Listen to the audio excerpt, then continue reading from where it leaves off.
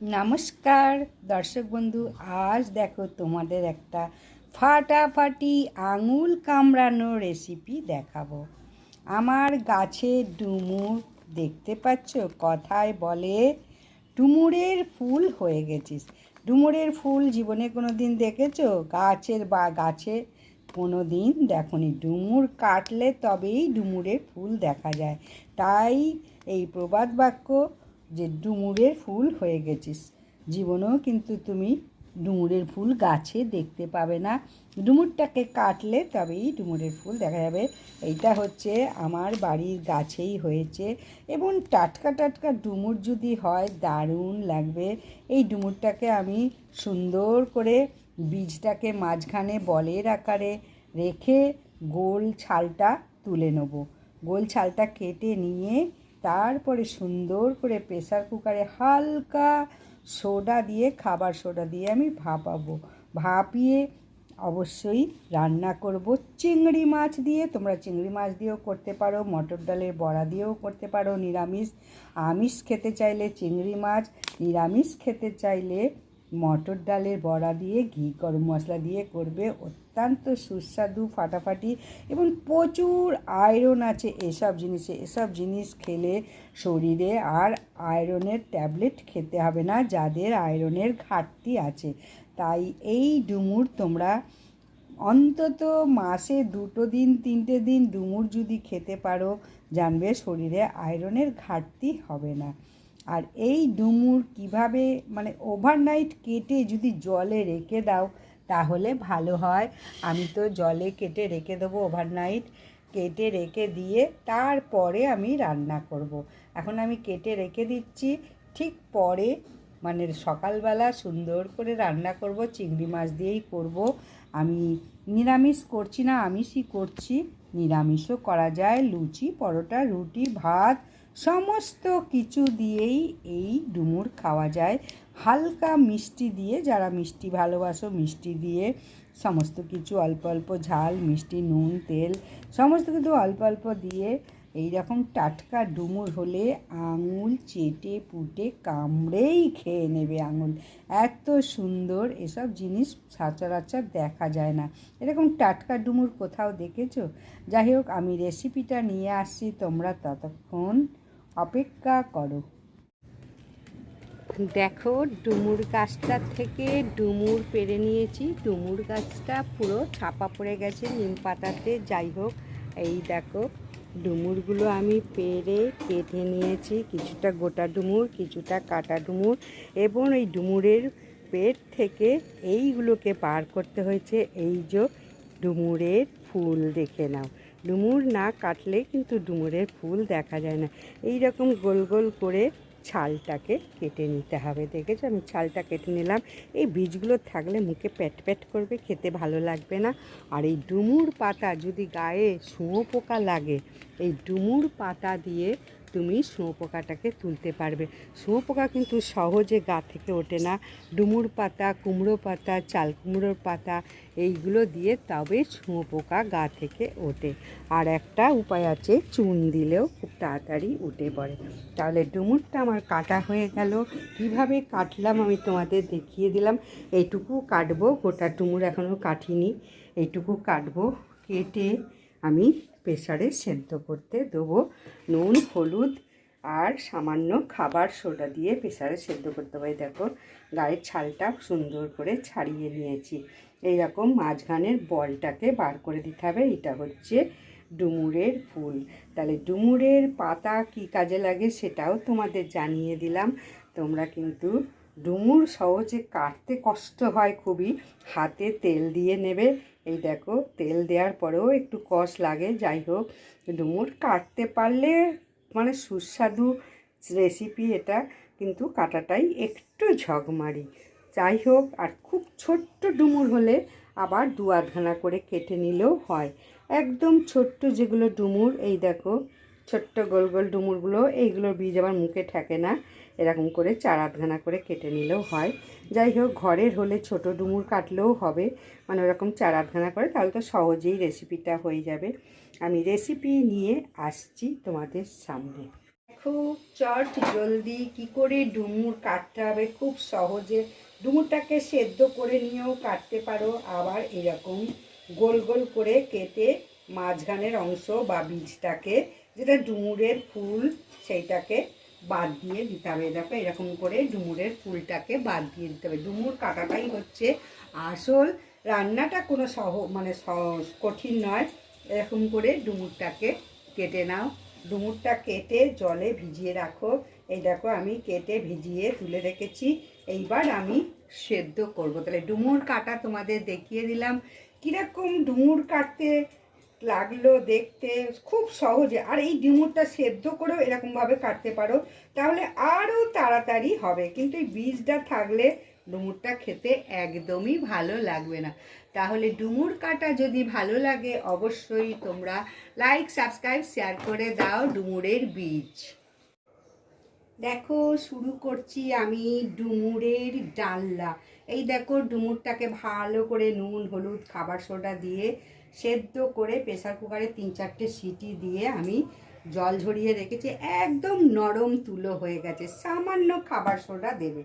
এরপর আমি দেখো আলু ডুমুডুমু করে কেটে ভেজে রেখেছি নুন হলুদ দিয়ে। তোমরা চাইলে দিতে পারো, না চাইলে নাও দিতে পারো, যাদের সুগার আছে তারা নাও দিতে পারো। এরপর দেখো চিংড়ি মাছটা হালকা জলে সেদ্ধ করে তারপরে সামান্য তেল দিয়ে ভেজে নিয়েছি। চিংড়ি মাছ যদি জলে সেদ্ধ করে তুমি তারপরে হালকা তেলে ভাজো, চিংড়ি মাছটা নরম থাকে, না হলে শক্ত হয়ে যায়। ডাইরেক্ট সরাসরি যদি চিংড়ি মাছ তেলে দাও তাহলে কিন্তু শক্ত হয়ে যাবে। আর আমি আদা, পেঁয়াজ, রসুন, লঙ্কা আর 2টো তেজপাতা এর মধ্যে আমি পেস্ট করে নিয়েছি। পেঁয়াজটা 2টো আছে মা, একদম ছোট সাইজে 2টো পেঁয়াজ আছে, আর 4-5 কোয়া রসুন আছে, আর আদা 1 ইঞ্চি মতো আদা। আদা সবসময় কম খাবে, আদা রান্না করা হলে গ্যাস হয় বেশি, তাই জন্য আমি আদাটাকে কম ব্যবহার করি। আদা খুব কম দিয়েছি। আর এরপরে আমি দেখো তোমরা ঘি দিয়েও করতে পারো, তেল দিয়েও করতে পারো, সাদা তেল দিয়েও করতে পারো, তোমরা যে যার ইচ্ছা মতো করবে। এবার যে যেটা খাও, যে যেটাতে কমফর্টেবল সে সেইটা দিয়েই করবে। আমি দেখো সর্ষের তেল দিয়ে করছি। প্রথমে সর্ষের তেল দিয়ে নেবো। আমি তো সমস্ত ভেজে নিয়েছি, আলু ভেজে নিয়েছি, চিংড়ি মাছ ভেজে নিয়েছি। এবার তেলের পরিমাণটাও যে বেশি খাও সে বেশি দেবে। বেশি তেল দিলে বেশি টেস্টি হয়, কম তেল দিলে একটু কম টেস্টি হয়, কিন্তু শরীরের পক্ষে ভালো, ক্ষতি কম হয়। তেল তো সব বিষ, একটাও তো কোনো জিনিস ভালো না। মোটামুটি ছোট্ট পালার 4-5 পালা দেখো তেল দিয়ে দিলাম।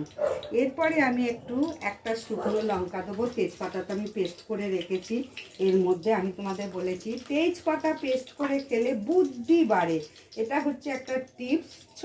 অল্প জিরে দেবো। জিরে আর আমি দেবো না আলাদা করে গুঁড়ো, ওই অল্প জিরে গুঁড়ো দিলাম। এরপরে আমি একটু ধনে গুঁড়ো দিয়ে দেবো।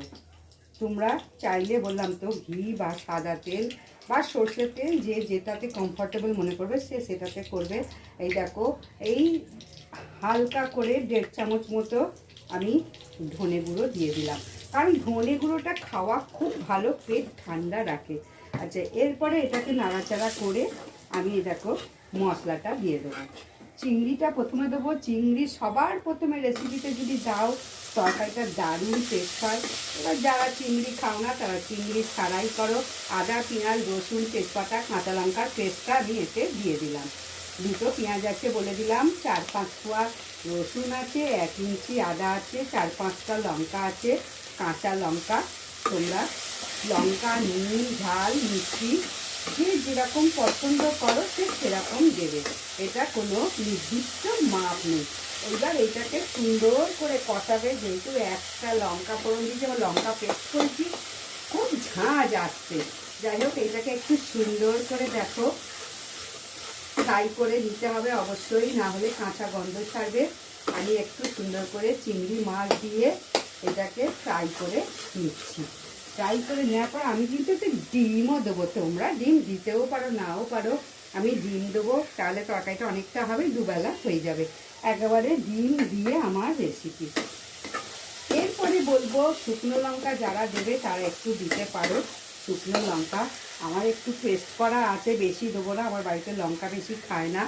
এই দেখো অল্প করে লঙ্কা শুকনো লঙ্কা দিয়ে দিলাম। শুকনো লঙ্কা অনেকেই খেতে চায় না, এবার খেলে সে তার পরিমাণ মতো দাও। আর আমি মিষ্টি আলাদা করে দেবো না, টমেটোও দিলাম না, তার কারণ আমি টমেটো কেচাপ দেবো, যার জন্যে আমি মিষ্টিও দিচ্ছি না আর টমেটোও দিচ্ছি না, তাহলে বেশি টক হয়ে যাবে। আর এটা মোটামুটি ভাজা হয়ে গেছে। আমি সব কিছু রেডি করে নিয়ে এসেছি, কারণ বেশি সময় নেই কারুর দেখার। চটজলদি রান্নাটা দিলে তোমরা চটজলদি দেখে নিতে পারবে। এই দেখো সেদ্ধ করা ডুমুরটা আমি দিয়ে দিলাম। ডুমুরের ফাটাফাটি আঙুল কামড়ানো রেসিপি। আর এসব রেসিপি সব সাবেকি রান্না, এসব এখন আর পাওয়া যায় না, এখন আর বাজারে খুব কমই পাওয়া যায়। আমার কাছে হয়েছে তাই খেলাম। এসব খাওয়া ভীষণ উপকার। এখন আর এসব কোথায় হচ্ছে? আয়রনের ঘাটতি যারা থাকে মুটো মুটো কী করে, ওষুধ খেয়ে নেয়। তাই ওষুধ খেতে হবে না দিদি, এইগুলো নিয়মিত প্রতিদিন তোমার লাঞ্চে থাকে বা ডিনারে থাকে, তাহলে তোমাকে আর ওষুধ খেতে হবে না। এই দেখো দারুণ রেসিপি হবে। অবস্থা আমি বলে দিচ্ছি, নিরামিষও হয়। নিরামিষ করতে গেলে একটু মটর ডালের বড়া দিয়ে করবে, এবং ঘি গরম মশলা তখন লাগবে। আর মশলাটা আদা জিরে দিয়ে মশলাটা দেবে, এর বেশি আর কিচ্ছু লাগবে না। দেখো কত সহজে সংক্ষেপে চট করে হয়ে গেল। যাই হোক, আমি সব জিনিসটাই একটু ভালো করে কষিয়ে নেবো। এতে চিংড়ি মাছ যেহেতু দিয়েছি, ঘি গরম মশলার দরকার নেই, কারণ চিংড়ি মাছের নিজস্ব একটা সেন্ট আছে। ধনে পাতা থাকলে দিতে পারো, আমার এখন ধনে পাতা নেই, তোমরা ধনে পাতা থাকলে দিতে পারো। আর একটা কথা বলবো, ধনে গুঁড়ো যেহেতু দিয়েছো তরকারিতে, এই রেসিপিতে ধনে পাতা দেবে না। মা আর ছা একসঙ্গে খেতে নেই। জিরে যে কোনো জিনিস, কুমড়ো আর কুমড়ো শাক একসঙ্গে খাবে না। কুমড়ো শাক রান্না করতে গিয়ে তাতে কুমড়ো দেবে না। মা আর শাক কখনো একসঙ্গে খেতে নেই। তোমাদের আমি সহজে সংক্ষেপে এই দেখো হয়ে গেল। এরপর আমি আলুটা ঢেলে দেবো। আর একটু বেশি আলু দিচ্ছি, তার কারণ ওই যে বললাম আমার রান্নাটা দুবেলা হবে, আবার একটু রাজলক্ষ্মীর কাছে পাঠাবো, সেই কারণে একদম দারুণ। তুমি ডুমুরা চিনতেই পারছো না, সামান্য খাবার সোডা দিয়ে কিন্তু জিনিসটাকে সেদ্ধ করে নেবে, এক গোলে ফ্যান হয়ে যাবে। বেশি নয়, 1 চিমটি মানে সোডা। আচ্ছা, এটা আমি তো নুন দিয়েই সেদ্ধ করে নিয়েছি, বলেছিলাম নুন আর হলুদ দিয়ে সেদ্ধ করে নিয়েছি, জলটা ফেলে দিয়েছি, তাই আর একটু নুন লাগবে। এইবার আমার মোটামুটি ফ্রাই হয়ে গেছে, কাঁচা গন্ধও চলে গেছে। দেখো মশলাটা ছেড়ে এসেছে, আর মশলার কাঁচা গন্ধ নেই। এবার আমি একটু জল দিয়ে দেবো। কত সহজে কত তাড়াতাড়ি চট জলদি রেসিপি তোমাদের দেখিয়ে দিলাম। দেখো, আর একটুখানি বললাম টমেটো কেচাপ দেবো, যেহেতু মিষ্টি এবং কাঁচা আমি টমেটো দিইনি, তোমরা টমেটো দিতে পারো, সামান্য মিষ্টি দিতে পারো। আমি কিন্তু ওসব কিছু দেবো না, যেহেতু এইটা দেব। তাই মোটামুটি আমার সমস্ত দেওয়া হয়ে গেল। ফাইনালি একটু জল ঢালবো। জলটা গরম জল হলেই ভালো হয়, গরম জল করে নিয়ে একটু ঢালবে, তাহলে